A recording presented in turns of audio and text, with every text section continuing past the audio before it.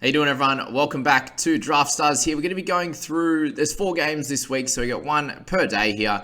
And we start with our Thursday night game between the Titans and the Cowboys.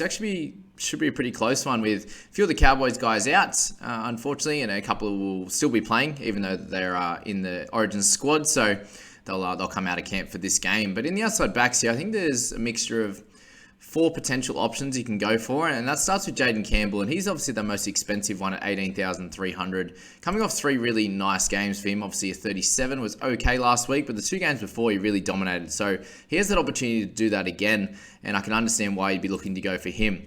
Personally, I think I'm going to be going for Scotty Drinkwater at $14,840. With a few guys out, I think he's going to have to step up that little bit further than he has the last bunch of weeks. Obviously an 8 last week was not ideal. I think with him stepping up, this can be his game to come out and get a 40 plus and be worth that 14,800. But I can definitely understand why you would go for Campbell. And if you do have that extra cash, I probably would pick Jaden over Drinky in this scenario. If we're going a bit lighter, I think Peter Hiku's your man to go for. Obviously pretty consistent there, and I think he's someone who's going to have to step up as well and get that 35 to 50 there as a potential scoring option for you. And then I think the most important guy in this list this week is going to be Hamiso Tabuai-Fidow.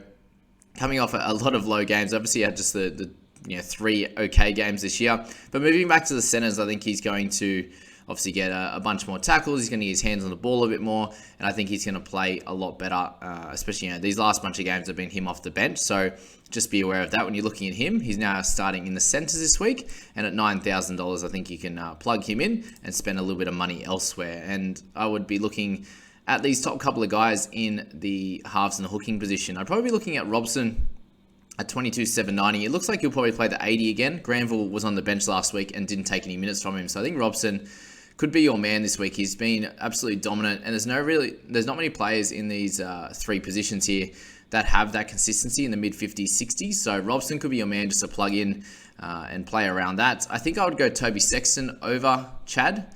The last 4 weeks have been pretty solid. If we can get anywhere in the mid 50s for him, then that would be worth it. And if you went a bit light, obviously Brimson's been doing okay as well. Obviously 2 games over 50 this year in total, and that's 2 of the last 3 weeks. So Brimo, you could go a little bit cheaper there. And then Aaron Clark, I think, is probably the other guy to have a look at in this game here. He hasn't been scoring incredibly well, and I think you could expect similar scores from someone like Ben Hampton, who comes into the 6 role, has had a few decent games last year, but when he did come in during this time, it was in more in the halfback position, and you had to have a bit more control over the game, and then played a little bit through the centers and fullback as well. So Benny Hampton there, I think overall an okay selection at 11,600, but in his first game of the year, there's a few things to think about there.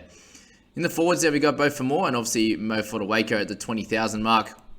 Bowie has that opportunity to score a try, and when he does, he can score well. But other than that, he's a little bit inconsistent. And same with Mo at the moment. So he's had 32 last week, a 69 the week before. So just guessing when you can pick him up at that in that week that he actually comes out and does well. But it's very hard to work out. We've got Tamala who comes back. I'd probably leave him out. I'm not sure how many minutes he's going to play this week.